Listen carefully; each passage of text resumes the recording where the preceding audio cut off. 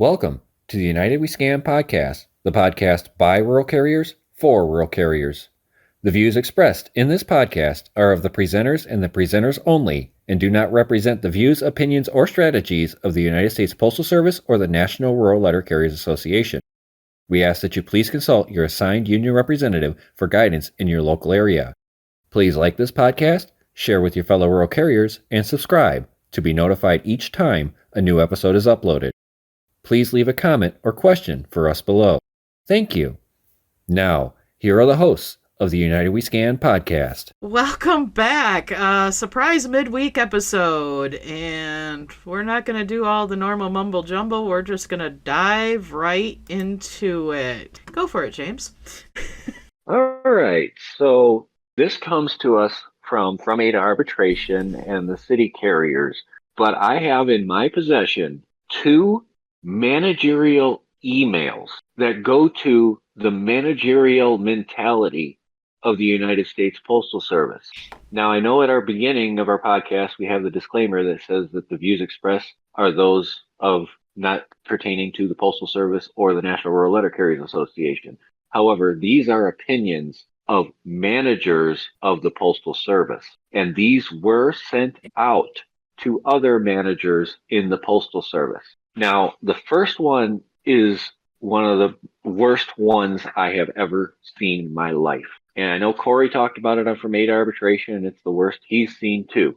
But these two articles speak directly to how manager views carriers, how the people that are supposed to take care of the crafts by contract view us carriers. Now, it's going to be a very passionate episode.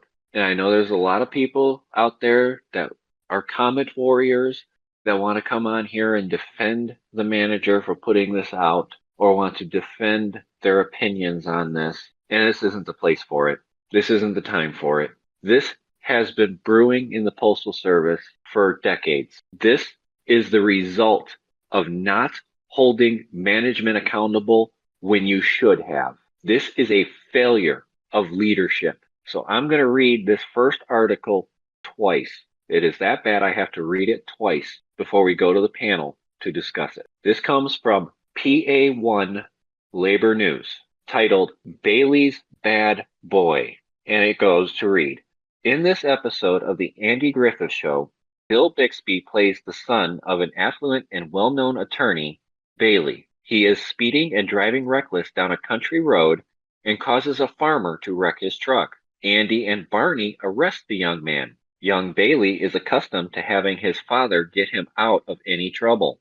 Andy, by example of how he deals with Opie, teaches young Bailey about taking responsibility for his actions. Regarding safety, why should we care more about an employee's safety than the employee does? If a carrier wants to deliver mail without a satchel and dog spray and they get their throat ripped out by a pit bull, why should we care? If a carrier wants to ride around without a seatbelt engaged and they die, oh well, too bad. We spend millions of dollars in education, training, and having the equipment available for employees to work safely. We make water available. In the summer, it is hot. It is always hot. We provide water. If an employee doesn't properly hydrate, then the union wants to file a grievance against management. If an employee wants to be stupid and or careless, how is that the fault of management? The union, like young Bailey's father, tries to bail the employees out of every situation. Many employees feel they don't have to follow the rules because the union is there to protect them. It is not their intention, but the union encourages bad behavior by defending every violation. Theft, throwing away mail, and violence. Are these the kind of employees you want to work beside? We can't cure stupidity. We can only provide consequences. This came from the manager, Dean Petros, out of PA1 Labor, the dispute resolution team for management. Now, I'm going to read it again. In this episode of The Andy Griffith Show, Bill Bixby plays the son of an affluent and well-known attorney, Bailey. He is speeding and driving reckless down a country road and causes a farmer to wreck his truck. Andy and Barney arrest the young man. Young Bailey is accustomed to having his father get him out of any trouble. Andy, by example of how he deals with Opie, teaches young Bailey about taking responsibility for his actions. Regarding safety, why should we care more about an employee's safety than the employee does? If a carrier wants to deliver mail without a satchel and dog spray, and they get their throat ripped out by a pit bull, why should we care? If a carrier wants to ride around without a seatbelt engaged and they die, oh well, too bad. We spend millions of dollars in education, training, and having the equipment available for employees to work safely. We make water available. In the summer, it is hot. It is always hot. We provide water. If an employee doesn't properly hydrate, then the union wants to file a grievance against management. If an employee wants to be stupid and or careless, how is that the fault of management? The union, like young Bailey's father, tries to bail the employees out of every situation. Many employees feel they don't have to follow the rules because the union is there to protect them. It is not their intention, but the union encourages bad behavior by defending every violation. Theft, throwing away mail, and violence. Are these kind of employees you want to work beside? We can't cure stupidity. We can only provide consequences. Bill, go for it. Oh, God. PA1 is the central to the western edge of the state. I'm in PA2. And if this information is correct and James, you supply me with this information, I can get it into hands of people who will disseminate this information throughout central western Pennsylvania. So we don't care if a carrier gets their throat ripped out by a pit bull. And if they die because they didn't wear their seatbelt, oh well, we have plenty of carriers stepping up. That's why all these offices are very shortchanged on subs. And we're stupid carriers, okay? That's why we don't pay attention, and we don't care about getting home, and we don't care about the mail or guaranteeing, that the customers are getting the service they expect. Right? We're just, taking advantage of the system because the union's going to bail us out, and encourages bad behavior because we will be there, to defend carriers. Well, no. The union's not there to defend bad behavior, and the union's not going to be there to defend you against safety issues the same way we can enforce safety issues against management, such as something as simple as water. And not all offices offer water. Case in point, last year, we didn't have any. As a grown adult, I provide my own water. Whatever the post office gives, supplemental, and I'll take advantage of it. But for somebody, this is a DRT individual, Dean Petros. Yes. For somebody of that position to turn around and make blanket statements that they don't care whether the carriers live or die, I want to meet this individual. Okay, I'm going to go out on a limb here and say, let me find out whether your family cares whether you live or die, because our families do. And personally, for everybody's listening, I think everybody is concerned about living or dying while performing their job. And we are out on the roads and we are subject to accidents, robberies, and everything else, dog bites, bee stings, snake bites, you name it, across the country. For them to sit there and say, well, we don't care. What kind of encouragement is that for anybody to do their job well? If they don't care about us, why should we care? Now, I'm not endorsing that idea that we don't care, because I believe the majority of carriers do care.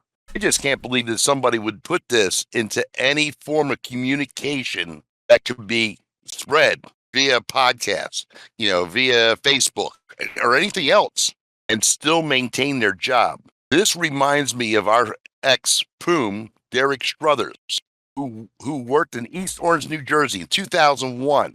And folks, this is not made up information. This is not gossip. This is Bible. You can look up Derek Struthers. As an employee of the post office, was called to go get his two young sons from daycare because it was closing for whatever reason. He gets his children, puts them in their car seats. He's driving somewhere, the mother-in-laws, mothers, wherever, to drop the kids off. And the post office calls and says, we need you back at your station. This gentleman goes back to his station and left his two sons in the car in the summer. They both died. Charges were filed and then withdrawn. Here is a man who killed He didn't let his children die. He killed his own children. They made him a poom over thousands of employees. So if you think that this is a isolated incident in regards to these people not giving a rat's ass about you, you're wrong. This happens across the country every damn day. I'm sick and tired of it. We need to replace this board of our union. We need to give teeth to the national steward system with oversight, and we need to go after these bastards. And I mean now. End of rant. 100%. Amen. Yes. Oh, by the way, that was tame because there was a lot more I wanted to say about this individual that I can't say. But if you know me, you know where it was going to go. And I thank you very much on that. It's absolutely ridiculous. And there, you can have, I understand city carriers walking around satchels. Some rural offices give their carriers satchels when there's a high incidence of dog bite. A satchel and a dog spray only go so far with some dogs. It don't phase them all. And then if you have more than one dog and you've got pack mentality, you're completely on your own then. Then what are you supposed to do? But it's going to be your fault because the neighborhood couldn't take the homeowners in the neighborhood couldn't take care of their dogs. That 60-year-old female carrier last year who was attacked and killed by a pack of dogs. Mm-hmm. Remember her? Mm-hmm. I do. I absolutely do. I'm sure the satchel and dog spray would have really helped her survive that confrontation. Yeah, I agree. I mean, they literally have completely taken humanity out 100%. 100%. And a lot of us are feeling it in our offices with our managers ourselves, and it's getting stupid and ridiculous. It's just we can't let it go on anymore. As carriers, as union, that's right there is. I don't have words. I don't. I love how they end it with, we can't cure stupidity, we can only provide consequences. Well, what about consequences for management when they screw up our pay? What about consequences for management when they falsify documentation for HIP training, for certification of the times, for certification of mapping? Where's the consequences for management? Exactly. For intimidating. They want to put everything on us. The carriers. We're the ones out there in the heat, doing the job, in the rain, in the snow, in every condition possible. We still go out there, still have a smile on our face when we see our customers, still saying hi, still dropping off the packages, still delivering the mail. Again, we've said it before, it's been said in the past, we can deliver the mail, we can do the job without management. Management needs us in order to get this done. Absolutely. Because I can only think of a handful of management that are willing to even step up and help out with anything. I have a postmaster that will stand there next to the supervisor's desk with their arms crossed and just stare at the floor, watching everybody work. Not saying a word. Where's the productivity in that? Just stand there with their arms crossed when she's in the office. Not say a word to anybody. And then totally go behind your back and essentially remove you from positions without even saying a word to you because they're playing favorites with somebody else. Because they're kissing their asses. Or causing divide in an office by thinking that a couple employees have something up their sleeves, and so they're going to pull individual carriers into the office and tell them not to associate with those carriers after they turn around and give just one craft the no tolerance policy training, in quotes, and then turn around and do that. But aren't you just now breaking that no tolerance policy yourself by intimidating other carriers so they side with you? It's gotta stop. This is coming down from way above. When you have emails and crap going out like this to offices and other managers down the line, it just keeps getting worse. It is. Okay, I'm gonna bite my tongue now. My turn. My turn. Mine's still bleeding. My Get him, turn. James. So you have a manager right here, right now, in text, written, posted, sent by his own email. stating this exact situation, sending this article out to every manager he can, spreading the cancer of intolerance, spreading the cancer of indifference. And they get away with this. Why? Because we have unions that settle for language, settle for a slap on the hand, settle for abuse of the carriers. You have management out there that gets away with God knows everything. Go back and listen to From 8 Arbitration Memphis series after you're done listening to this to hear exactly how deep management goes to protect their own, to the point that it takes an arbitrator to fire management that deserves to lose their job on a zero tolerance policy. You have a manager here saying that if a carrier got mauled by a pit bull, why should we care? That if a carrier died in an accident in a vehicle that should have been retired 20 years ago, oh well. That a carrier dies in a fire in a vehicle, oh, it's not management's fault. When a carrier has an accident, they do everything in their power to blame that accident on that carrier. Oh, you were wearing the wrong shoes. Well, that's why you got into the accident. Oh, you didn't have your shoulder belt on going 100 feet between boxes. Well, we're going to put you on emergency placement for safety. Management is getting away with this because the leadership at the top of the union cares more about the money coming into the union to pay their paychecks than they do about the carriers at the bottom. They are going to go to our national convention this year, and the biggest thing they're going to tout is that they're on the final stretch of getting the contract negotiated.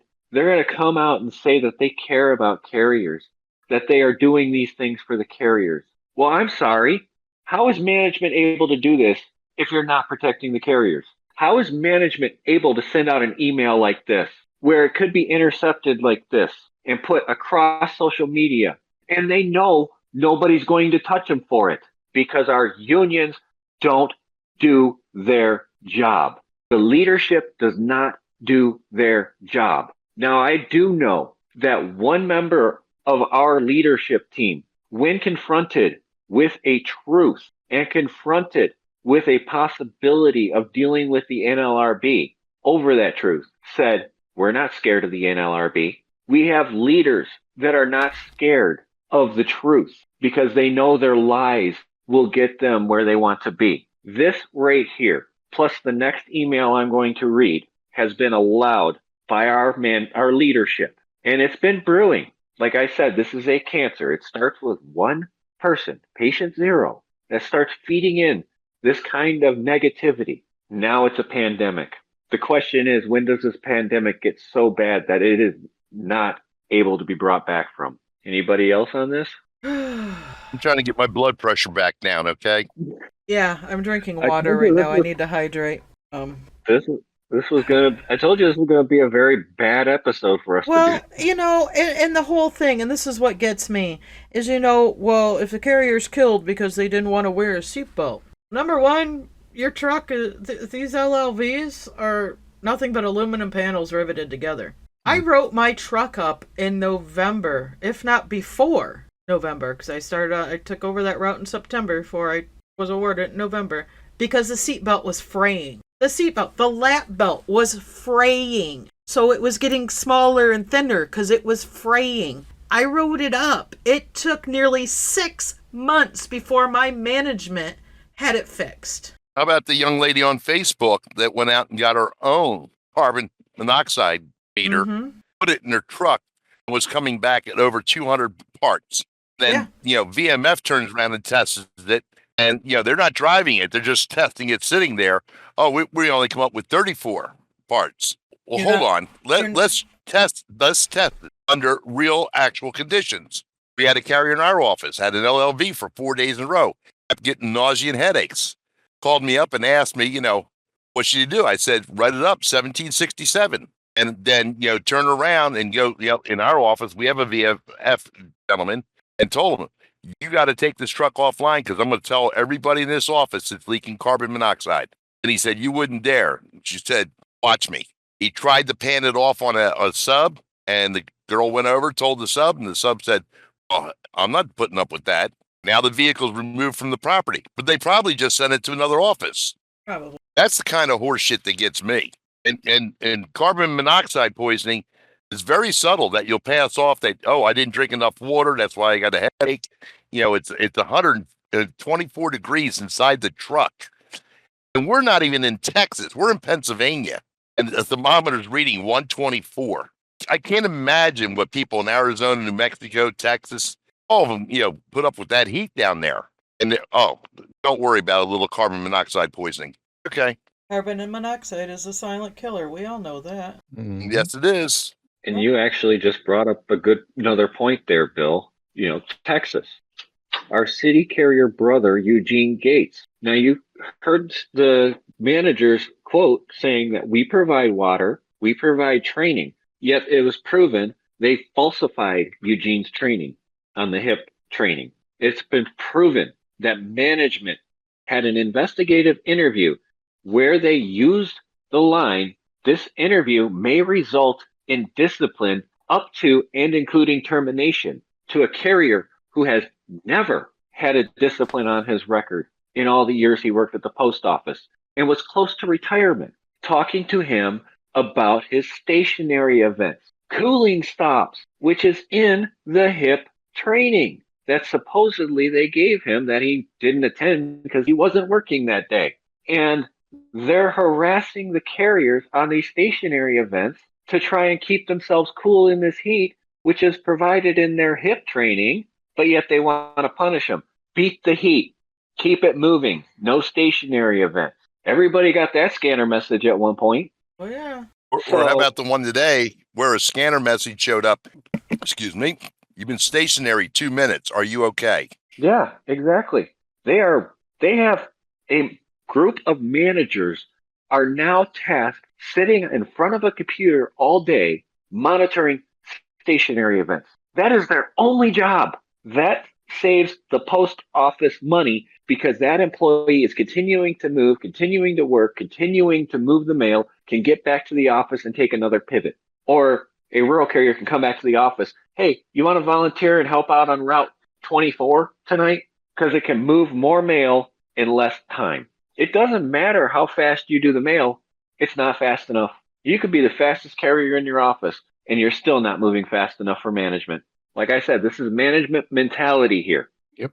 And there's two things that have been said in our chat that are really good. One of them was, this really sounds like beatings will continue until morale improves. And it really does.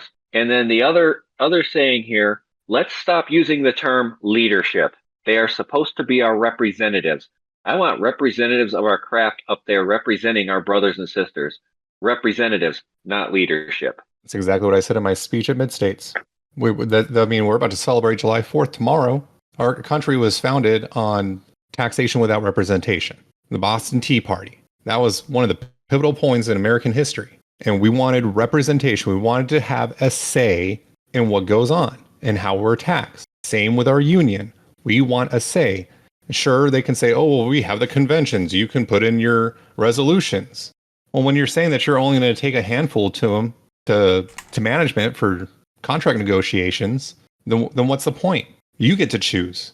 You're not representing the actual craft. And it's how can you represent the actual craft when you haven't touched a route in 5, 10, 15, 20 years? Or 30 is some of them. Mm-hmm. Yeah, if you haven't touched a route since DPS, or since before DPS, before scanners, before Amazon, you have absolutely no freaking clue what we all go through on a daily basis.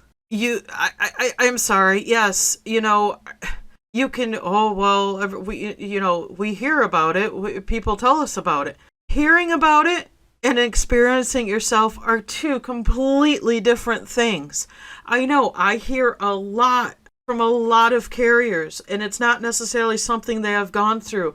And at the most, I can offer that shoulder to vent on, and give them a hug if they were in person. I can't, and I'd be shaking my head when I'm talking to them on the phone, and just like, because I can't relate that because I haven't been in that situation.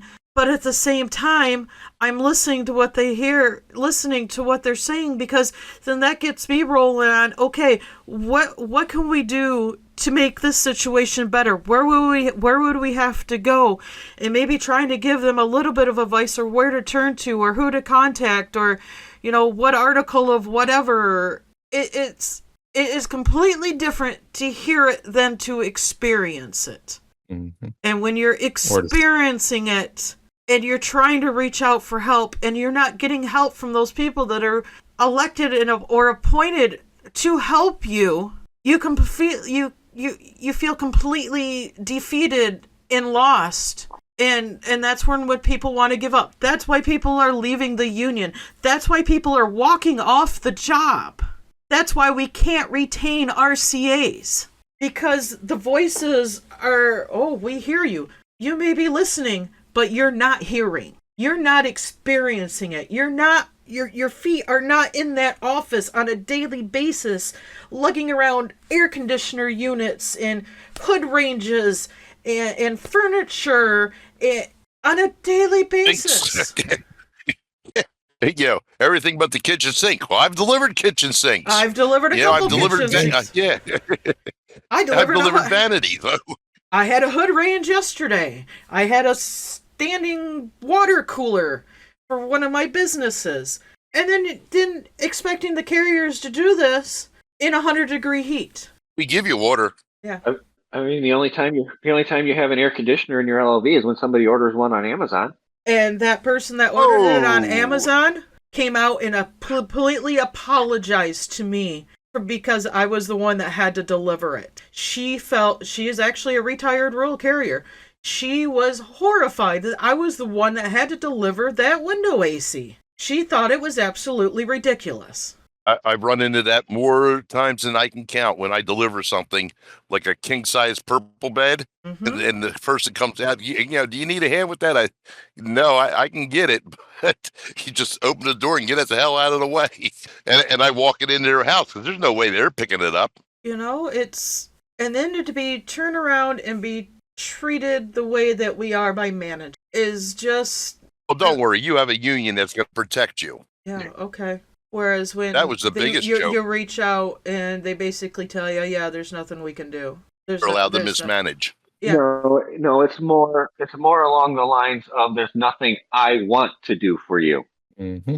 Well, we know that, James. We know that. This email, this one alone, plus the next one I will read in a bit when we get done discussing this first one, show us management's mentality. This kind of mentality from management is why Memphis happened. This mentality is why Royal Oak happened. This is why we have joint statements on workplace violence and harassment, why we have a zero tolerance policy. But the zero tolerance policy only applies to carriers, only applies to clerks, only applies to mail handlers. It doesn't apply to management. For some godforsaken reason, it doesn't apply to management. Yeah. And this cancer needs to be removed now. There are carriers out there that are on the brink of mental breakage. They are on the brink. There are some that have already gone past that.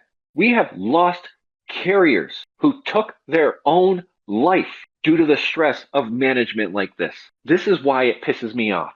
This is why I want to protect our craft. This is why Bill wants to protect our craft. This is why Kristen wants to protect our craft. This is why Toasty wants to protect our craft. Because of management like this. Exactly. It needs to stop. It really, really needs to stop. It's not just the management. It's the fact that our national board doesn't recognize these situations and address it aggressively, not assertively, aggressively. Like I said, if DeJoy would have made that comment to that gentleman down there in Orlando as president, I wouldn't tolerate that way that man treated one of our fellow carriers.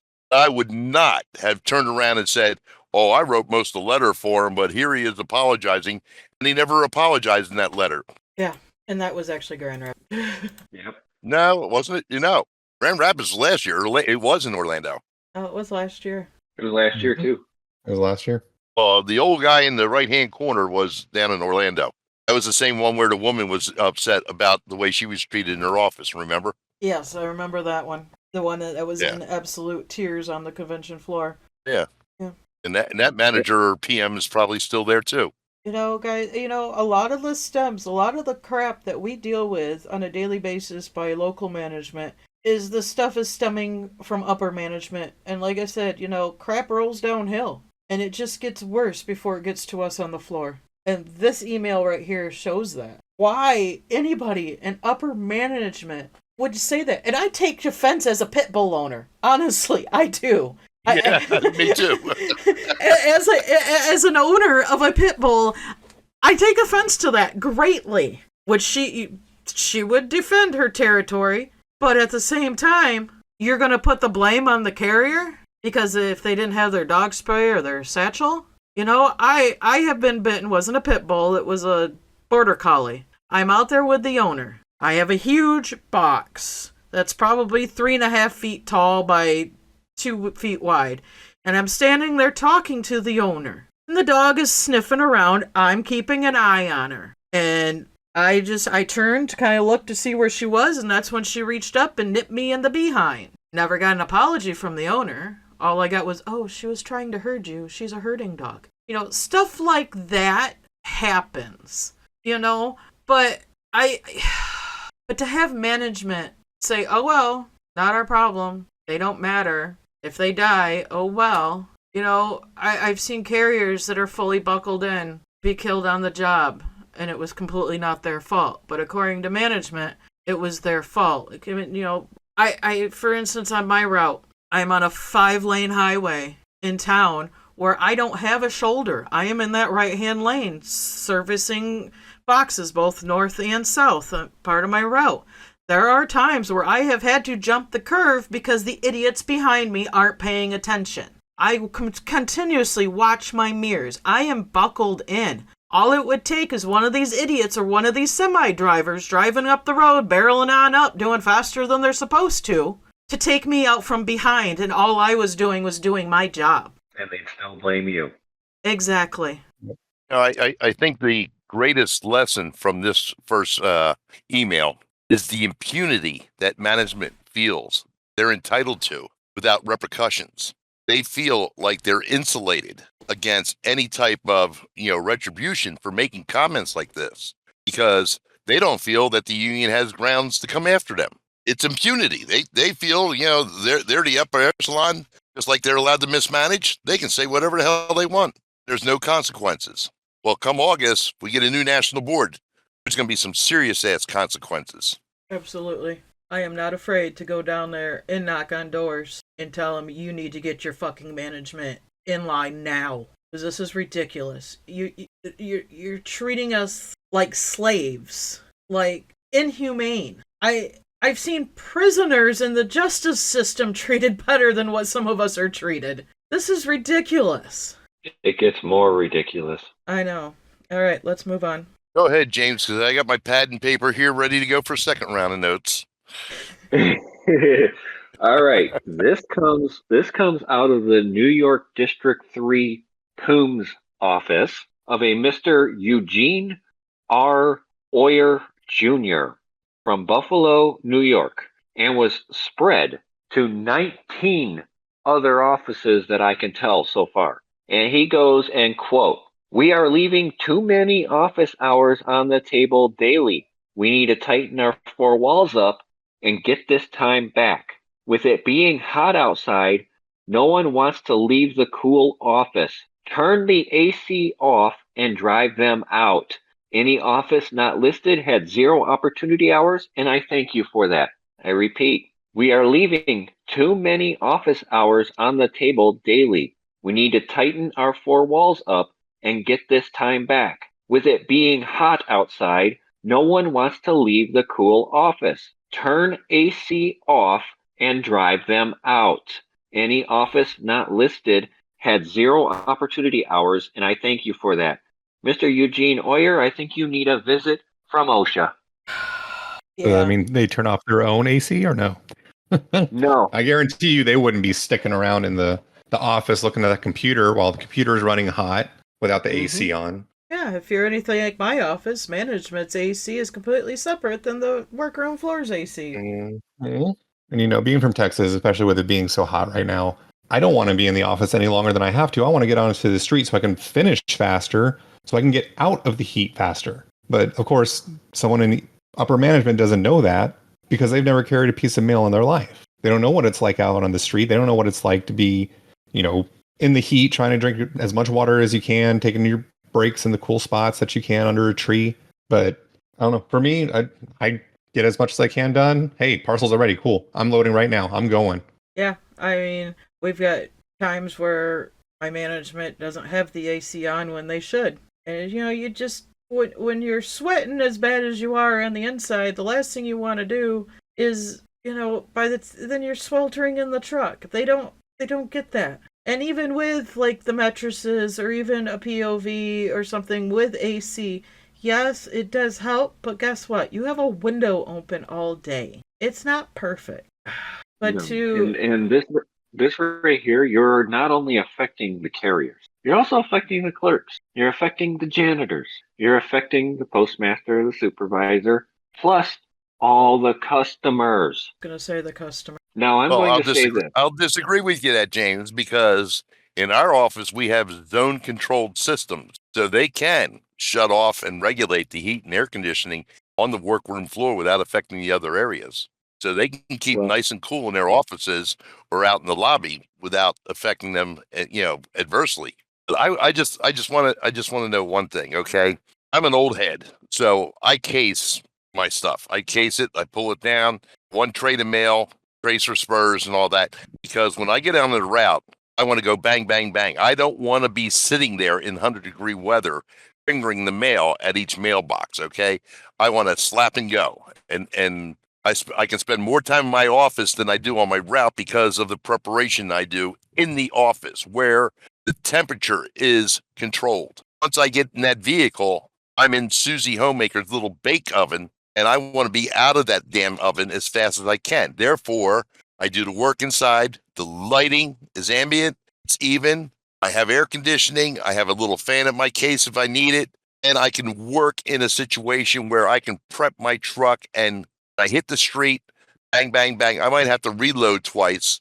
But either way, I'm not sitting still fingering in this heat. You want to drive me out of the office to be in that heat longer than I need to be? Ladies and gentlemen, please excuse this, but fuck you. I'm going to do it the way I'm doing it. I'm under my evaluation. My customers get the best service.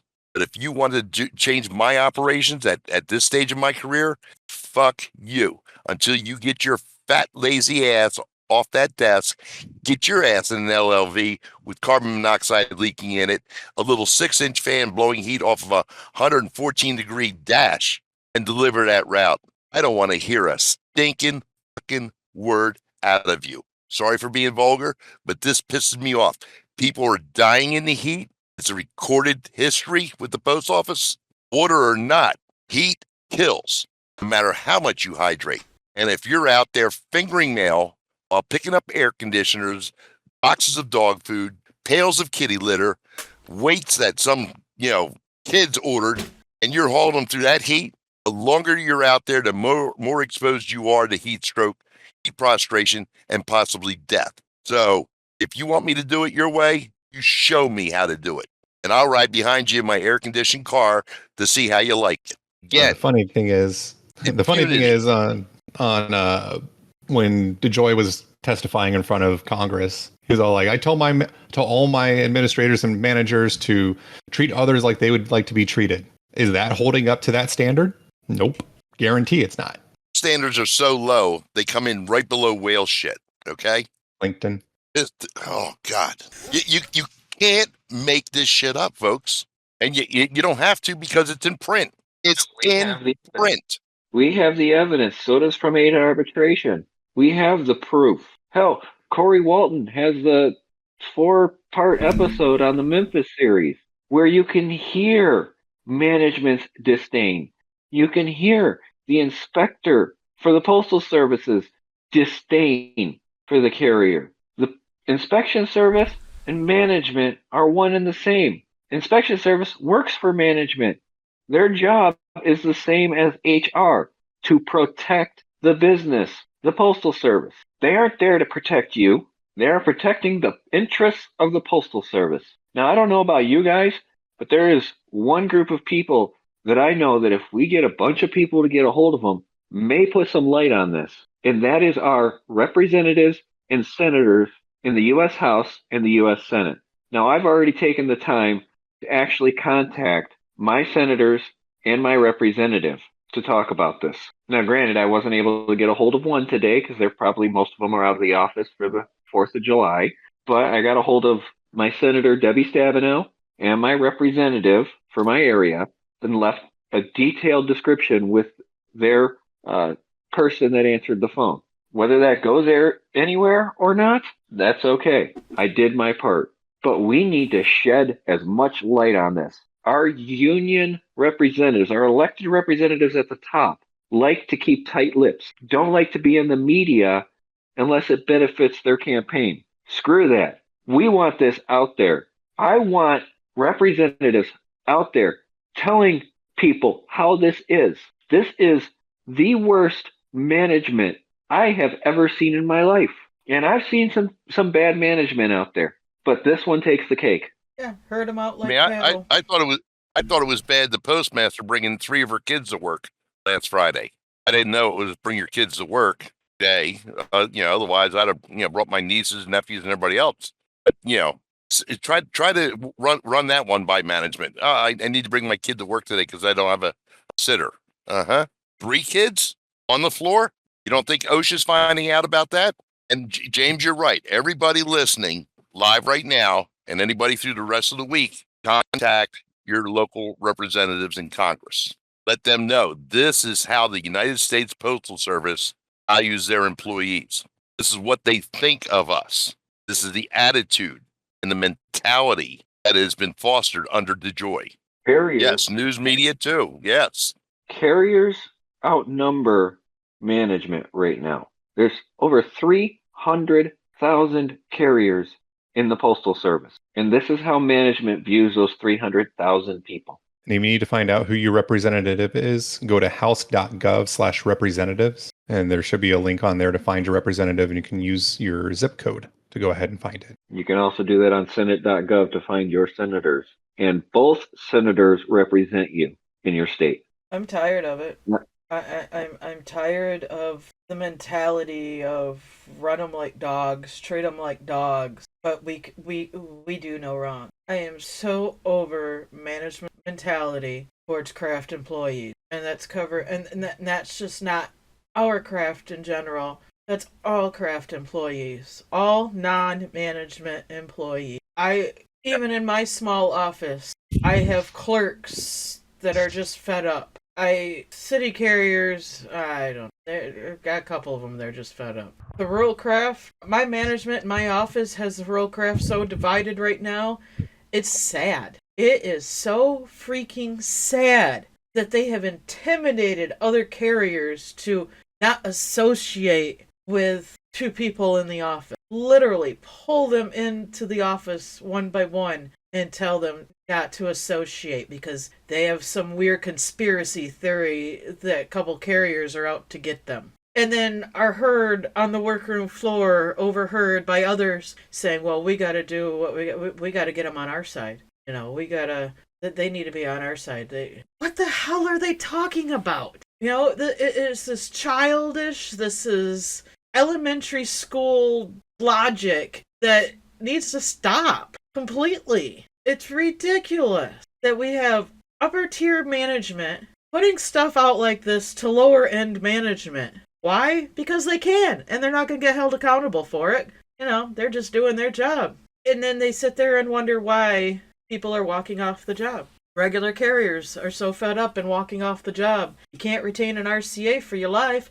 Hell, you can't even hire them anymore because they know their neighbor or their friend or their sister, uncle, grandfather, whoever works through those situations and is telling them, no, you don't want to go work there. Don't apply there. This is why we can't even have a full complement anymore. It's because the word gets spread outside of the office about how bad it is. Inside the office, nobody wants to come work with us anymore. And it's not working with us, it's working for the management because management's treating everybody like frickin' dogs.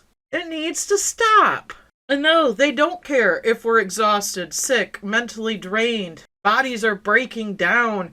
I mean, I had to help talk an RCA today out of quitting because he is just exhausted. Meanwhile, another one gets to go home and he's stuck out there working in order to go assist somebody else. Why two other ones just to get to go home early because they were done early, so they got to go home. But let's force this one back out. The one that's working 6 days a week right now, why the regular carrier is out on medical. This is a type of bullshit that needs to stop. The favoritisms in the offices need to stop.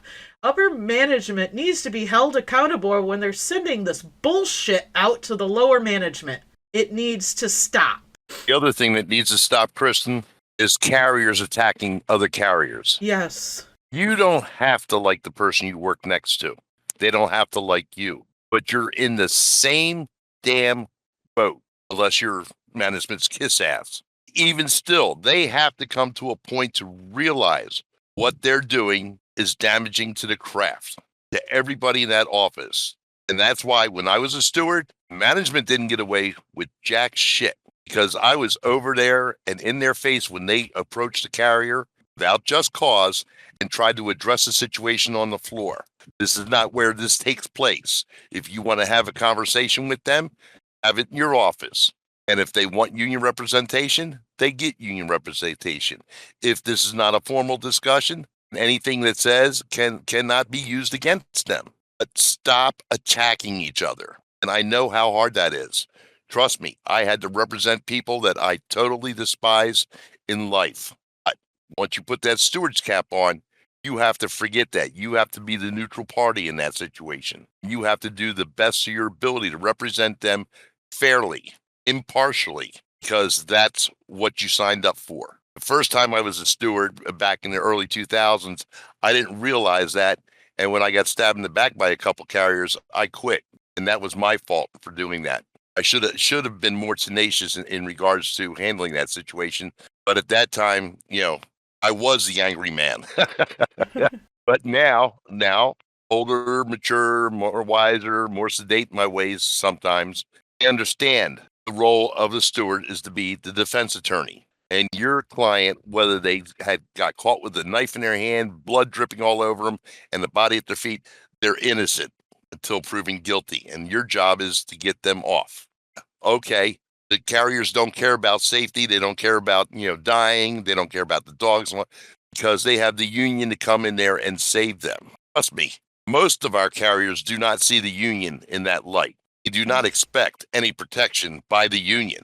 They've seen it demonstrated time and time again, especially when David Heather just formally dismissed a ton of step fours because it was easier to get them off the books than it was to do the work. Did that leave all those carriers represented by those step fours? And a lot of it has to do with management. And, like the gentleman said at the caucus last year about being in a relationship with, management and the union. It's not a management. They're in bed with management. And I don't care what Don Madsen, Patrick Pitts, Shirley Baffa, Bridget Boziak have to say about that. It's obvious to everybody else except for them and their followers. You don't want an angry man up there. That's what you need up there right now is somebody who's angry about the way the national board is letting all this bullshit transpire day in and day out. Ladies and gentlemen, that board is up there to represent you, your interests, to protect you. In the first letter, James said, we train and educate them. How many people in management actually trained and educated their carriers in recs? Because I know my office didn't have it. If it wasn't for me, we'd have had more than 3 routes go down in the first recs. Yeah, if it hadn't been for me, my carriers wouldn't have known what to do. Quit passing the buck off. And that's what the national board has done. Oh, we make the materials available. Contract for rec said that management would train. Does it not? Yeah, it does. Mm-hmm.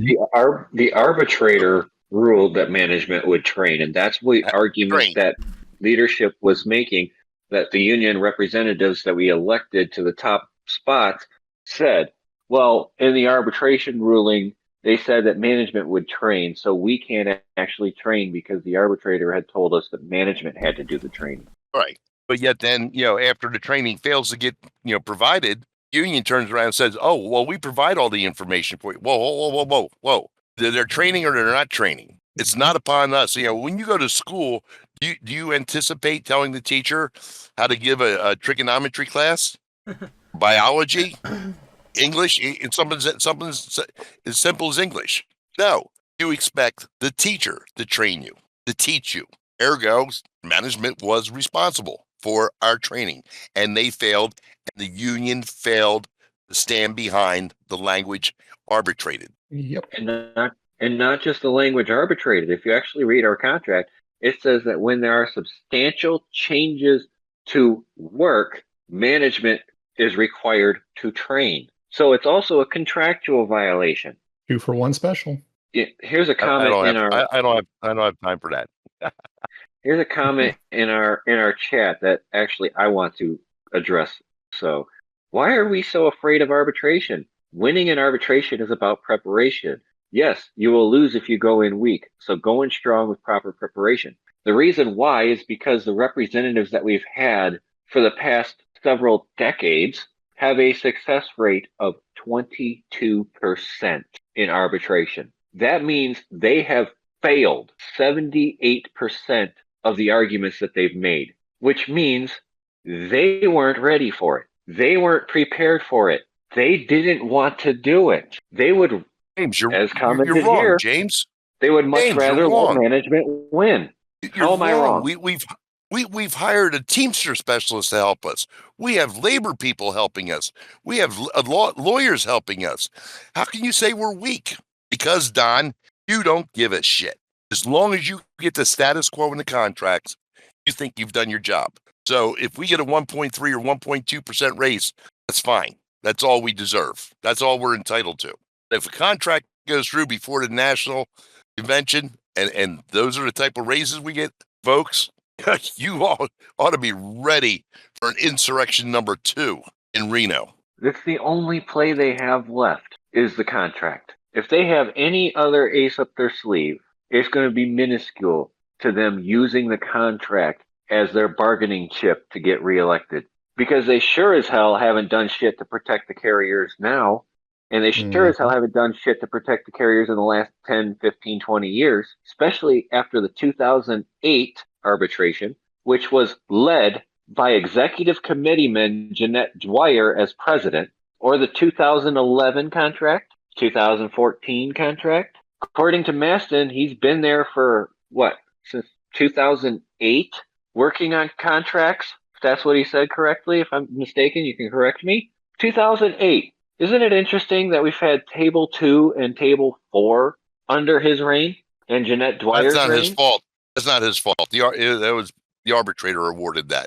But again, that's an arbitration loss for the craft under their tutelage. And like my PA sidekick said, if you go in weak, you're going to lose. Exactly. And that's all we've done, in the past 15 to 20 years, we've exuded weakness. God, you're really pissing me off tonight, James. I want to go back to the old Bill, okay? I understand, Bill. I understand.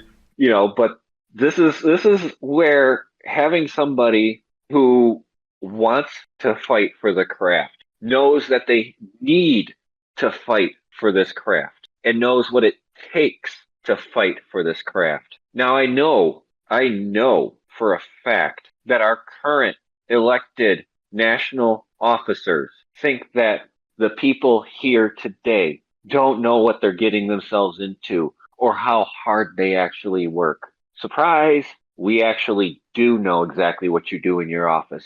We know exactly what you take care of in your office and what you do in your off time from the office. And I know they're listening to these episodes. I've heard them talk about it. I've seen them put statements that were made on this podcast in their articles and use them in their videos.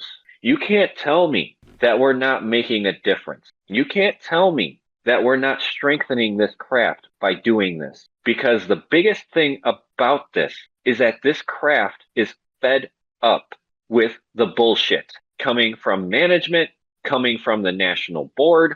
It's time for you guys to retire because you are no longer working for the craft and you haven't been for years. You may think you are, but you have kowtowed to management so many times, whether it was you or your predecessors, that management thinks that the abuse of carriers can go on and on and on, and nobody will hold them accountable. Well, the accountable train is coming and it's blowing its whistle, baby. We're going to run your ass over. Choo choo. I had to put it in there. Sorry. I was tempted to, but I let you do it. You had to bring back the laughter to keep us from going over the edge. I appreciate that. But yeah, I'll keep you all grounded. Let's. I was going to start singing Love Train, but when you have a national president that says carriers have had it too good for too long, this is also the same person who, as vice president, when I ran in 2022, said anybody can deliver the mail. Not everybody can do this job. And why are we having such a hard time retaining RCAs? Exactly. Then why are we having a hard time actually doing a contract negotiation? It's either yes, no, or we're going to arbitration. We're ready. If you're not, let's go. Get it done, get it over with, get it out to the people. Because these people need help. These people can't survive on what they're making now. You've turned around and not only did you give us Rex without full transparency as required by the arbitration, you are now turning around and letting them use the rural route optimization tool to cut our route evaluations further. Taking this rural route optimization, you're going to move boxes around to make routes shorter so that the evaluation goes down on the carriers even more. You want to tell me that we've had it too good for too long? I think you guys up at the top have had it too good for too long, and it's time for you to go home, back to your routes. Maston, you're going to drive 320 miles to your route every day or retire, one of the two. But it's time for you to go home. Why do we have national representatives, national board members who, and this is in quotes, retire? The states give them a retirement party, yet they're not officially retired. And then they pop up back on the board or potentially may run again, even though they've had a retirement party. Because they can't let go of the gravy train? they work in the system just like anybody else would in maintaining their power, their authority, and the gravy train. You know, when I retire, I want to retire from my route. I'm running for the board to set the pathway for the future, to get more people to understand how valuable the union can be. Because right now, the value of it isn't there for a lot of people. And, I want to be up there. I don't want to be up there for 20 years. I don't. That's not my end goal. My end goal is to get up there, give me a year, 2 years, 3 maybe. I'll say 5 years tops. I want to go back to my route. I want to see my customers. I want to pet my dogs.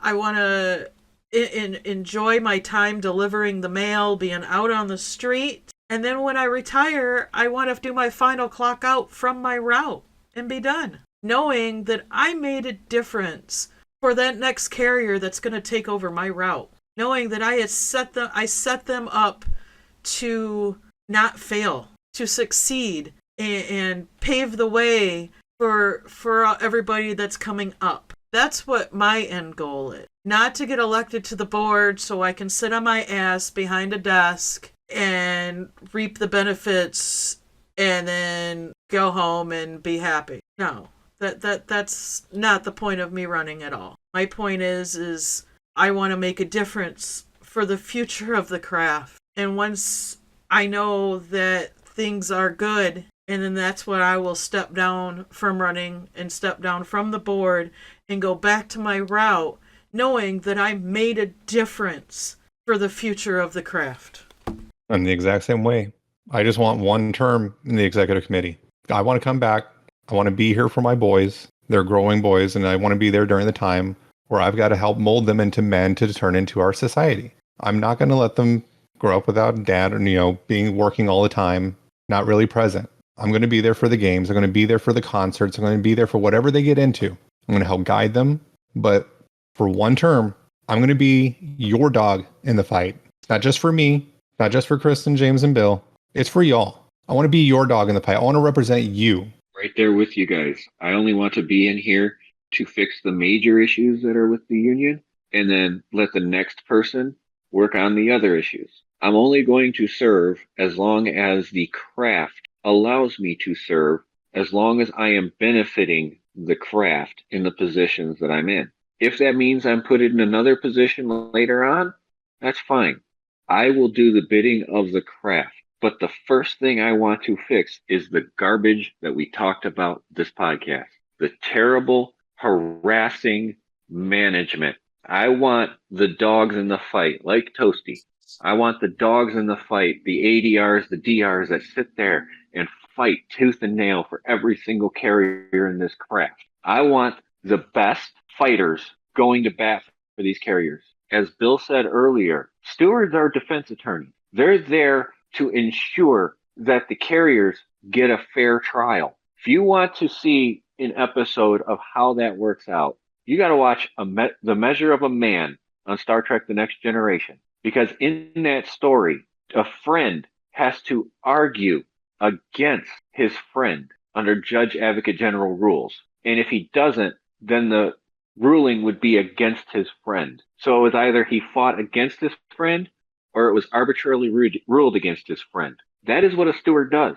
Whether they like the person or not, they have to defend that person and their position. If the carrier did it and it's proven beyond a reasonable doubt the carrier did it, then that steward needs to make sure management follows proper procedure, because that is the due process of the carrier. And if the due process is not followed, then management has failed, and that carrier should not be abused because of it if management's not doing their job. That is what a steward does. You've got to fight for every single right that these carriers are entitled to. And when you turn around and you tell them, oh, there's nothing I can do about it. I'm sorry, you're a steward. Didn't you attend the Is It a Grievance or a Gripe, where every single steward that spoke on there found a grievance for the gripe national leadership put in front of them? There is very rarely a time that an issue is just a gripe. Most often, there is a grievance you can attach to that issue. You just have to be willing to do the work. And this is where we need to get carriers willing to stand up for themselves. Instead of griping, grieve it. Instead of just venting but scared to do anything because you're scared of the retaliation you may get from management for filing that grievance or bringing an issue to them, it needs to stop. I'm But Kristen, so isn't that the issue where the people feel intimidated to the point that they don't want to file grievances? Yes. And it is the point is they don't feel that the union has their back. Correct. They're out on an island by themselves. It's exactly what it is. It is exactly what it is. And it shouldn't be. I've seen it firsthand as a local steward, having carriers just gripe and gripe and gripe, and you know they have a grievance. It's plain and simple, they do, but they're afraid to stand up because of the way they may get treated and singled out by management afterwards. This is what we need to stop. We need to get people... There's no confidence anymore. There's no... Breathe. Like the 240 carriers at SWAC that removed themselves from union dues. They don't see the value. Mm-hmm. If you're going to put your money into something, an investment, into your mortgage note, you expect a return. They're not seeing a return. That's the problem. Yeah. There is no protection.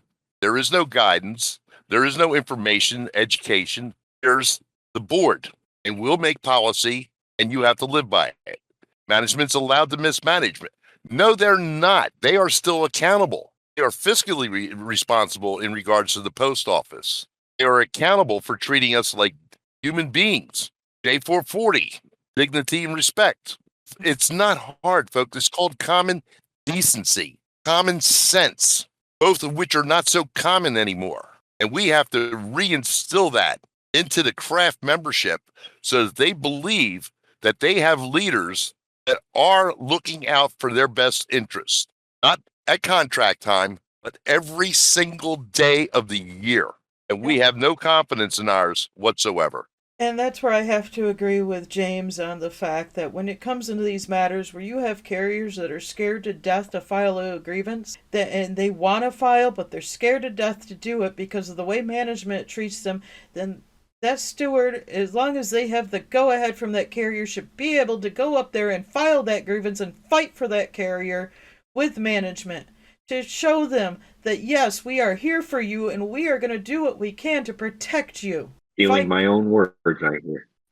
If I could have done that, if I would have been able to do that, I could have changed so much in my office so much, years ago. I was able to at least smooth things out a little bit. And then when I was decertified, it went to hell in a handbag because now they didn't have a steward in the office. And now we have one, and brand new, and he stepped up for the reason that he was one of those that griped and wouldn't take action. He got sick and tired of it and decided, you know what, I'm going to step up and fight this because this needs to change. And I am still trying to help him build his confidence to go in there, pull the management in the office, and I don't care if it's the supervisor or the postmaster, quit sitting on the damn ass and go fucking take care of it. Because I'm about ready to do it. As a carrier, not as a steward. As a carrier, because I am over it. And whatever happens to me, I honestly, at this point, you know what? I really don't care. I am one of the two that I was talking about that management told not to talk to. Myself and my local steward. We're good friends outside of work as well. They literally have another carrier or another employee, another craft employee that literally, when we go out and load our vehicles or take a smoke break, that literally comes out to listen to what we're trying to hear what we're talking to so they can run back and tell them. You know what conversation they heard the other morning? We were talking about bad coffee. Management is... I hate to tell you, Kristen, I've had the same situation in my office, okay, where a certain group of us would go out inside for have a cigarette, and somebody would always come linger by and didn't smoke. Mm-hmm. And after, a couple times where the conversations got hushed and all, I finally turned around and said, excuse me, you're not involved in this conversation. We're not speaking to you. This is of no interest to you. Get back in the fucking office or go take your break at the other end of the parking lot. They looked at me and said, who do you think you are? And I said, I'm the big A. If you really want to start shit with me, go ahead. That's how you handle people like that. And people go, oh, Bill, here, you can't threaten violence. I didn't threaten. Again, I don't know what's going to happen to him, how it's going to happen, because ain't nothing worse than a management snitch running out there trying to get a feel for the situation and running inside and disappearing for 10 minutes while they're in the office. Yeah. You're all carriers. You're all in the same craft. Protect each other. You really think management gives a rat's ass about you when you're ratting out your fellow carriers? They don't care. They're just using the information to their advantage. They're just using you. Mm-hmm. So exactly stick together. The Stick tables together. will turn. The tables will turn. Yes, they will. Because the day will come when something happens and they can't step up for you, they're going to throw your ass right under the bus. Mm-hmm. Yep. They throw each other under the bus, too. Hell I've yeah. said this before. There are people out there who will fall on a sword for somebody that would throw them under the bus. But to add to your point, Bill, we're all in this together. And that includes rural carriers, city carriers, clerks, mail handlers, VMF, truck drivers, janitors, anybody not in management.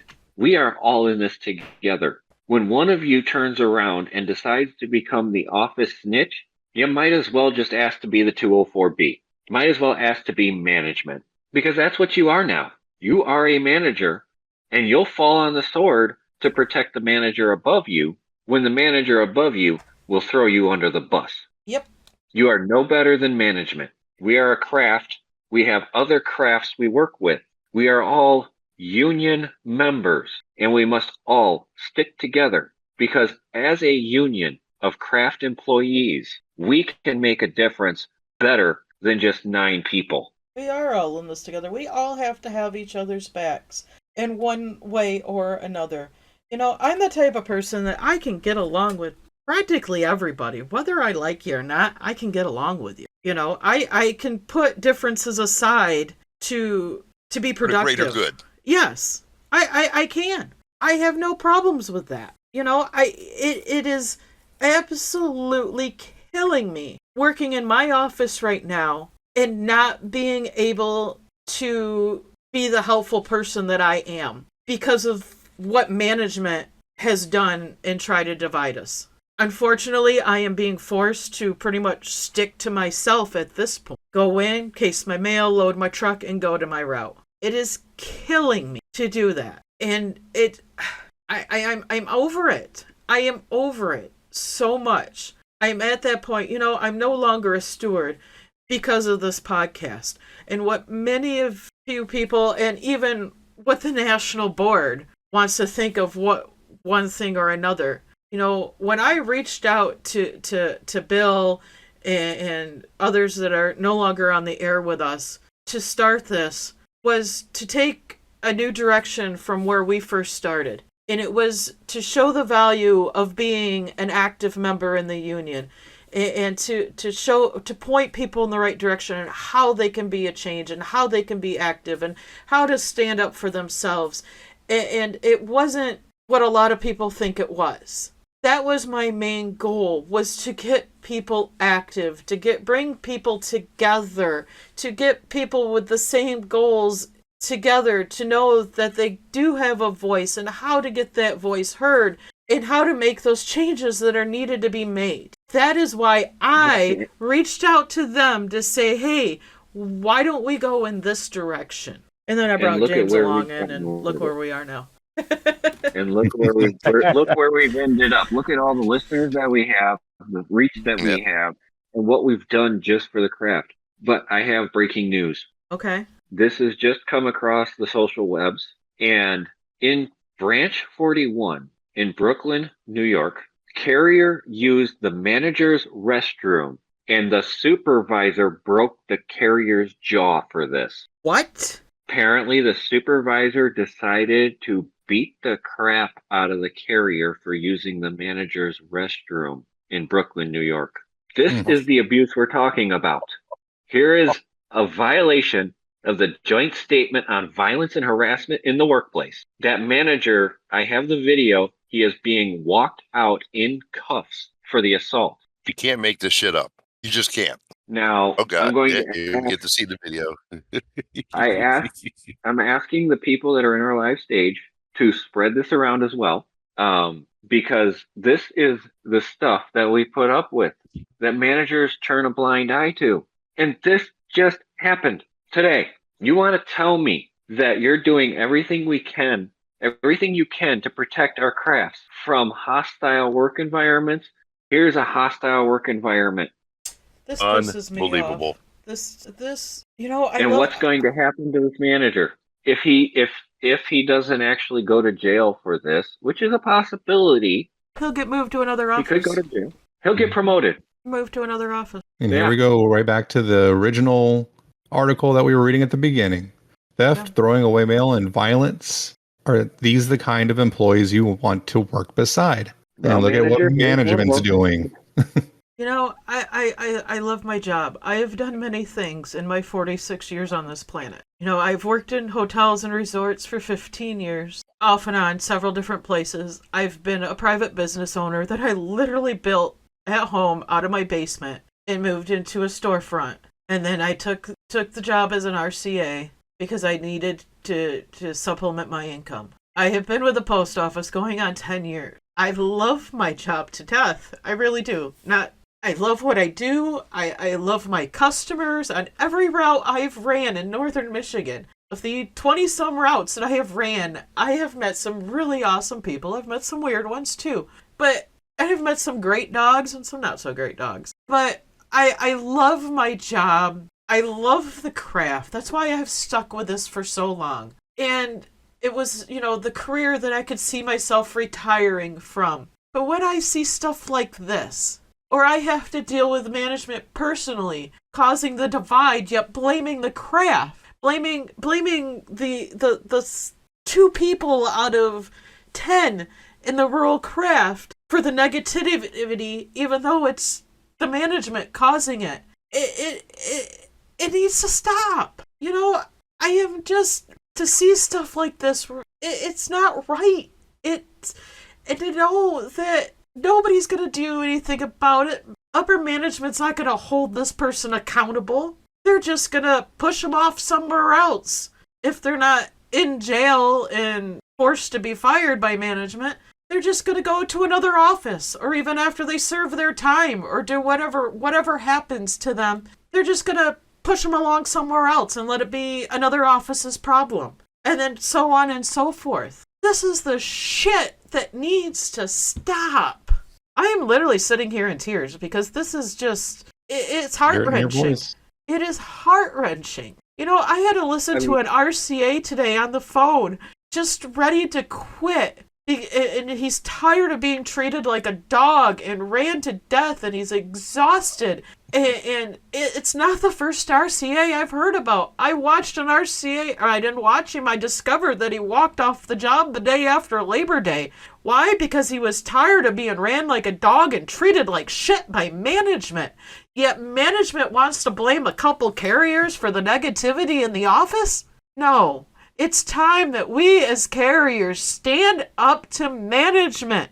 It's time that we have elected representatives that are not going to side with management, playing pocket pool with them at the negotiating table, and to get in there and start demanding that management treat the rest of us like humans. I'm going to take a moment. You should. That really good. I'm taking my hat off to you.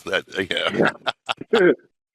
Wow. Yeah, it sounded like a Bill rant there with emotion.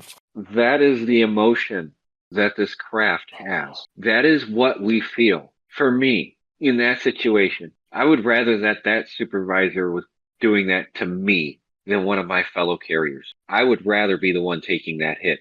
I don't want my craft hurt. I don't want my brothers and sisters of the craft abused, beat down, bloody, bruised because of management. This is the shit that ruins lives. This carrier will never be the same.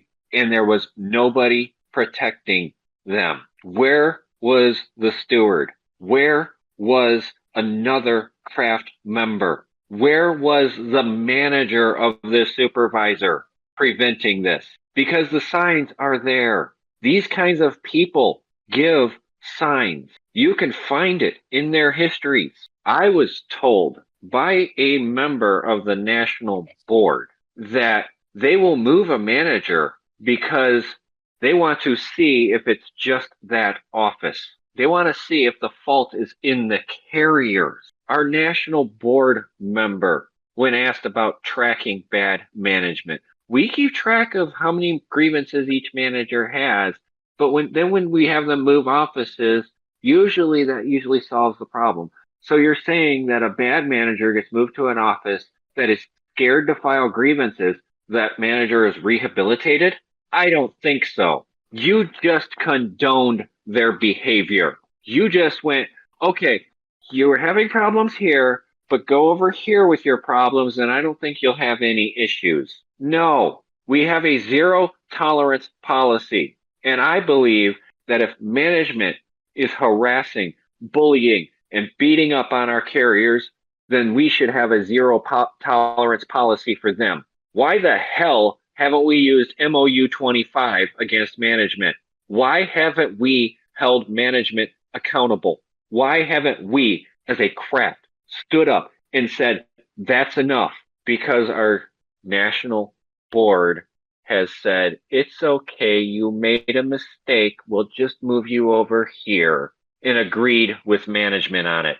There will be no agreeing with management for me on this. If you are hurting my craft, God help you, I will bury you in paperwork. As president, zero tolerance works. No. Zero tolerance means zero tolerance for the craft and for management. No ifs, ands, or buts. If that was a carrier, don't you think they'd be EP'd immediately? They have to fight for their job back. This is, like James says, there are signs. There are, which ones of management in your office particularly aggravate situations because they get off on it. They feel a power rush. Then we have other ones. I have a supervisor. Oh my God, she'd be a great grandmother, but she is stuck between the postmaster, whom the district manager, and she's forced to force their policies on us. And you can see how uncomfortable it makes her. Whereas other supervisors in the office, they get off on it. Well, the Poom said this, and this is what you're going to do because I'm your supervisor. And I'm telling you, that's their attitude. You can see who has that mentality. And I'll guarantee you, this individual has exhibited the same traits that you will see in some of the carriers who are argumentative, confrontational, angry. And ladies and gentlemen, you don't know what's going on in a person's life outside of the office. So you don't know what's going to set them off. But I'll guarantee you, this manager, supervisor, has a history already out there. If they felt that they were justified in physically assaulting a carrier for using a restroom, then they've had issues in the past. And I see this is from A to arbitration. I bet you he's having a fit right now. Corey's probably 100 feet above me on the wall with this one. And I bet you I know that supervisor's argument. We've had a discussion about him clocking out for lunch for using the restroom. That's going to be that manager's argument, even though that's against the law.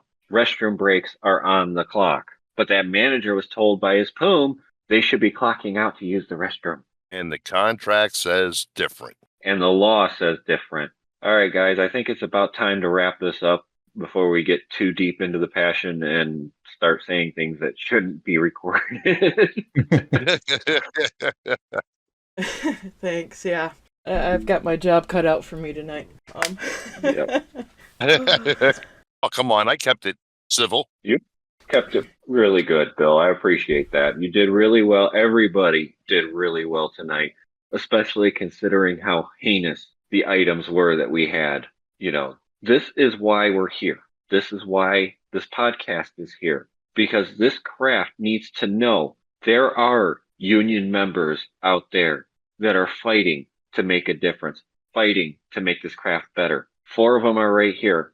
There are more out there that are not listed in the podcast. Hundreds more, thousands more. Could have 100,000 more. Could have 130,000 more, which is the entire craft. If we all took the time to educate other craft members, protect other craft members, step in when management is creating a hostile environment. Because once you step in and you protect that other carrier and that manager turns around and takes it on you, you have a grievance. You can file the grievance against management and protect that carrier, because that's the first step in getting rid of bad management, is to start a paper trail.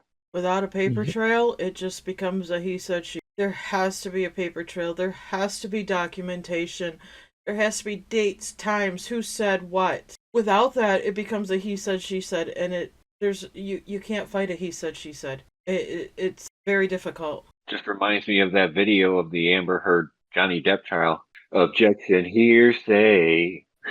You know, like I was saying, when I got a little over emotional there, a Pisces. It does. We needed it. It does bug me with what's going on in my office specifically. Most recently, I stepped up to be the OJI a couple years ago. All of a sudden, they sent a new employee to be an OJI last week. Sent this person down to training. Never said a word to me. Management has, and I'm the type, even, as a regular, I have had no issues with stepping away from my case and going to help a newer RCA on their route, whether it's questions with casing or helping them, with raw mail if they're newer, or helping them get them out of the office. And not even putting it down the time as assisting. I don't, I did it, I've always done that out of the kindness of my heart, because that's the type of person I am. But to have management go behind my back and send an ass kisser to OJI training who's only been with the office for 4 months and not say a word to me, not even pull me aside and say, hey, maybe, and talk stuff out as an adult to maybe come to a happy medium of what they want to see, how they want this person trained. But then turn around to management saying, I have to retrain them. And now they're doing worse than they were after I first trained them. It's hard for me to step back away from that. And I've had to force myself to step back away from that because of everything else that's going on. And to see these RCAs struggling. You know how much I wanted to just go out and let that one RCA go home because he had to miss his family dinner? He's 20 years old. To have him on the phone with me, almost in tears, because he's tired, he's exhausted. I get it. I know what it's like to run a route 6 days a week and having to go help. I mean, I've been in those shoes as an RCA, and I wanted to literally just drive out there and go help finish that route so he could go home. But I couldn't. I wasn't asked to. If I had been asked, I probably would have said, yeah, I'll go help him, no problem. But to have to step back away and let management mismanage, and it's killing me. It really, really is killing me to not be able to let myself help where help is needed, because I have that target on my back as an educated carrier. Extremely educated carrier in my office. The most educated carrier in my office currently. And I'm helping the news point the news steward and directions on where to go and how to do. You know, we talk on the phone outside of work all the time. It's breaking me. It really is. And it makes me want to fight this fight even more for these people, for the entire craft, to not let management run over them the way that management is getting away with running over them. And that's just from my own personal experience right now. And it's sad. You know, like I said, I've heard stories from carriers on all parts of the country, whether it's text message, phone calls, emails. And it breaks my heart. It makes me want to fight harder for everybody. Not just those in my office, but everybody across the country. And I just needed to get that out while we're wrapping stuff up. And Kristen, it starts at the top. It does. If you truly don't have needs faith in your leadership, if you don't have faith in your leadership, if you don't trust them, if you don't believe them, if you don't think they have your best interests at heart, they don't. And we need to do that. We need to reinstill those qualities back into the national board. And we will go out and prove that we care. And we will work our asses off, because it's a position of service. It's not a position of authority. It's a position of responsibility. You're responsible for every carrier, union and non-union, in this craft. Like I've said before, if they do it to one of us, they'll do it to all of us, union or not. So if you don't stand up and say the king is naked, then he's going to walk around with impunity, just like this asshole out there in PA1.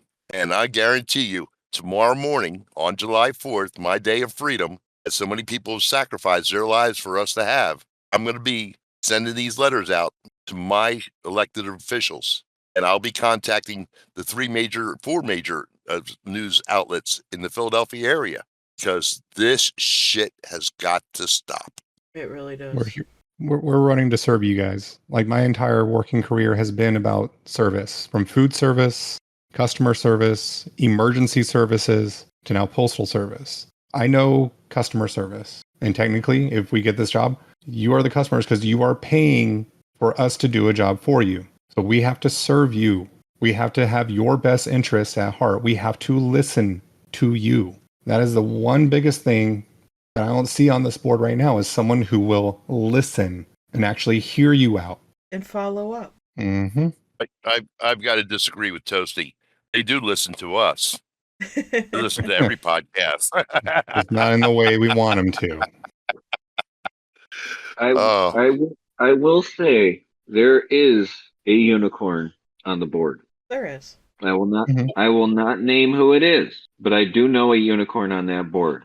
Just 1 out of 9. That's not good enough. I agree, but we can't say the entire board when one makes a difference. And and like Toasty, I've most of my career most of my jobs have been customer service of one side or another, whether it be fast food as a teenager, hotels, all the way up into management, in working in the hospitality industry. Even my own private business, I was doing a service. I was involved with a 501c3 at the same time as I was running my business to help people in need. I worked in the natural parenting field, cloth diapers, natural products for babies, whatnot. And I worked with it's now a defunct 501c3. Unfortunately, the founder got caught embezzling. But I was helping people that were in need with, cloth diapers and diapering needs, and educating them and how to do it. I literally started with a sewing machine in my basement and made cloth diapers for my own child, my youngest, who is going to be 14 this year. And got involved and literally took my stash to start my own chapter of this 501c3 at the time. And I was helping families not only in northern Michigan, but in a couple different states as well. And I was educating other parents that were interested in coming in and how to do it and what to look for and the different fabrics and, and how to take care of even a simple diaper rash naturally without, harsh chemicals and whatnot. So I've always been the type that has always taken care of people. Even as a young, dumb teenager, early 20s out on my own, and having the parties, I was still the one that was taking care of everybody. That's just who I am. And I want to be able to help take care of the craft as a whole and lead the craft into a better future. Yes, I know parcels are a big part of our future and how our mail has declined. I have seen it firsthand in nearly 10 years. And, I'm lugging that big crap just like everybody else. Unfortunately, that is going to be our future. But we need to make sure we save this craft and save the service of, servicing our customers. I do have older, a lot of, we all have our older customers.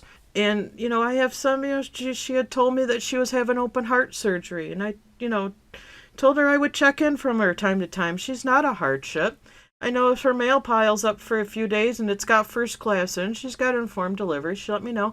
I take it to her door and I check in on her, and she's thankful for that every time I do that. Even my hardships, I will take that extra minute or so and have a conversation with them and see how they're doing. It's that's who I am in general. I am that nurturer, and that's what I want to be for the entire craft, is to be there to help guide you, to help educate you, to help and to stand up for you when it comes to the brutality that we get from management. All right, guys. Anything else? This is a civil service that we provide to the country. We are here to service our customers, which are the general public. And the thing about it is management has forgotten it. Management has forgotten that we are a service, not a business. And until they remember that our job is a service to the community, we're going to continue the beatings until morale improves. That is their mentality. And I'm going to kind of steal the senator from Nevada's line when talking to Postmaster Louis DeJoy. It's a service, sir. Get it right. And this service is maintained by the crafts. And we are the responsible parties to take care of the mail and anything with postage on it.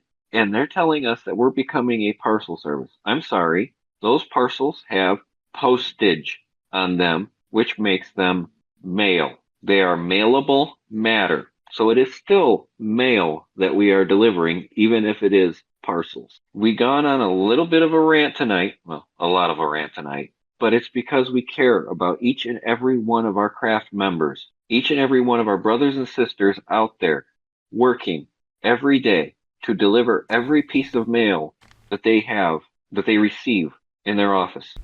And I want to tell you that no matter what, we're all in this together. We are. And I all just in want this together. Go ahead, Bill. I just want to apologize for any vulgarity that I may or may not admit to in regards to this podcast, because of the fact that, I'm an angry man, but you know what? Sometimes you need to be angry. Sometimes you need to get your cockles up and demand better, because, we deserve better. All of us deserve better than what we're getting. We don't need to worry about going to the bathroom and getting a broken jaw.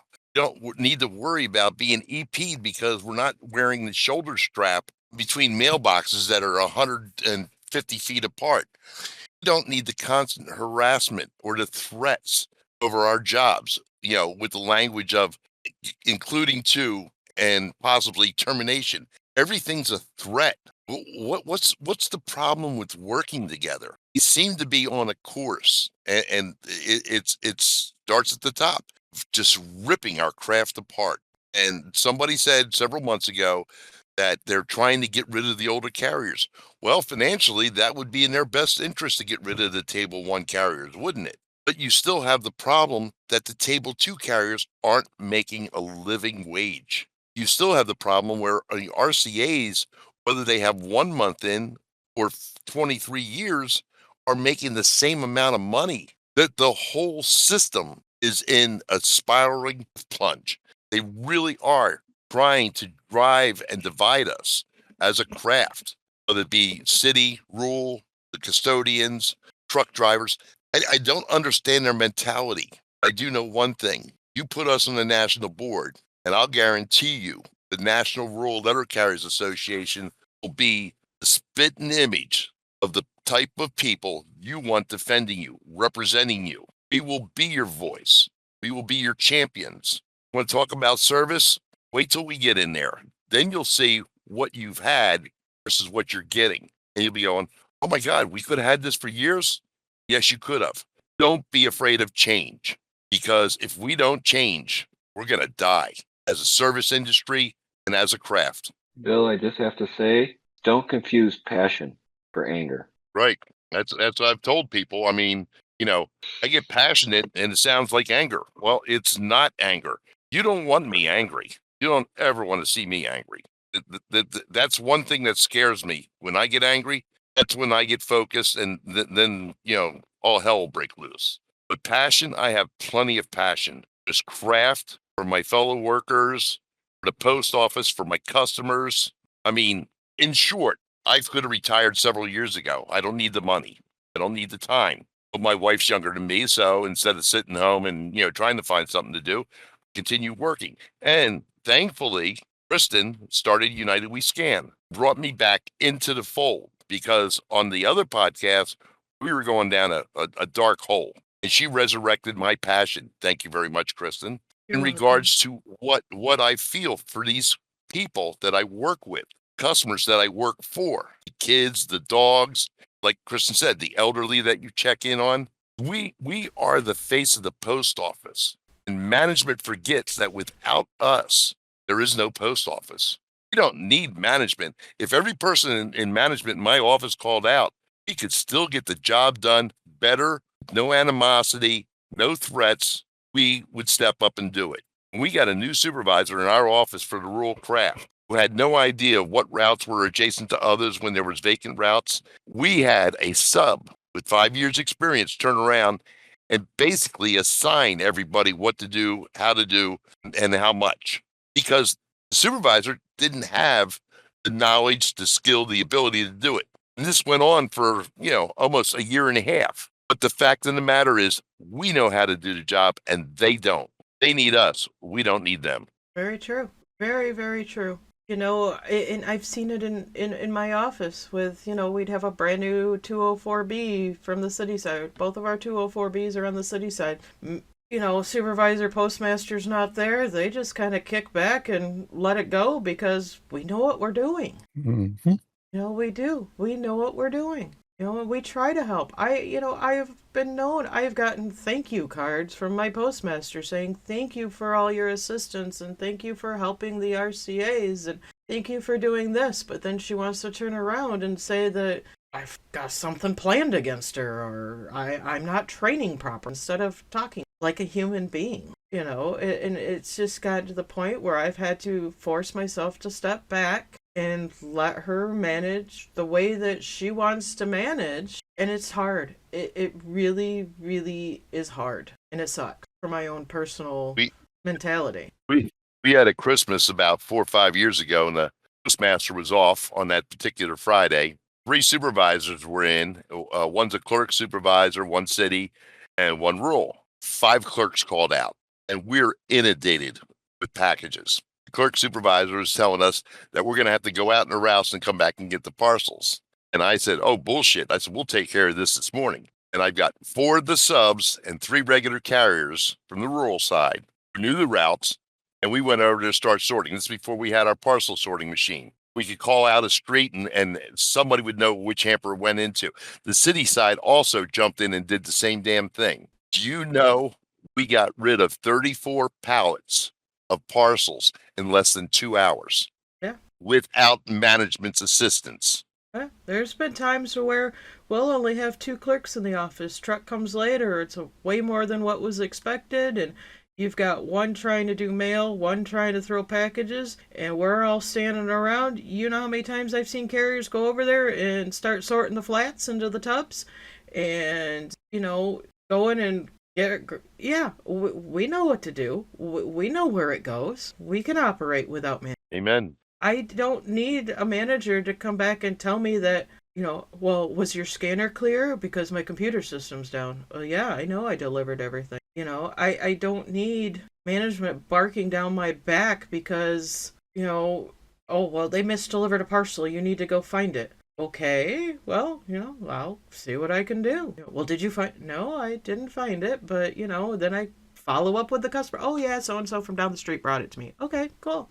We know how to do our job. But if we were to all just poof, disappear and not a single person came into that office, management wouldn't know what to do. All right, guys, we are wrapping this up now. Just remember, as James says, we are all in this together. We really are. And it's going to take all of us together to be the change. And on that note, guys, we'll be back for normal programming on. Everybody take care. Have a happy, safe 4th of July. 4th of July. Be careful with fireworks around your dogs and cats. Fingers, they don't take toes, well to that. And if you are setting off fireworks, do not go stand over it going, why didn't this go off? And, well, take a body part or two. Don't do that, guys. Well, that's okay. We don't care. Management tried to educate you. Oh, yeah. That's your fault. No, stay safe out there. I mean, I live in a tourist area. Traffic was horrendous today on my route. But, everybody just have a safe, happy 4th of July. We will be back soon.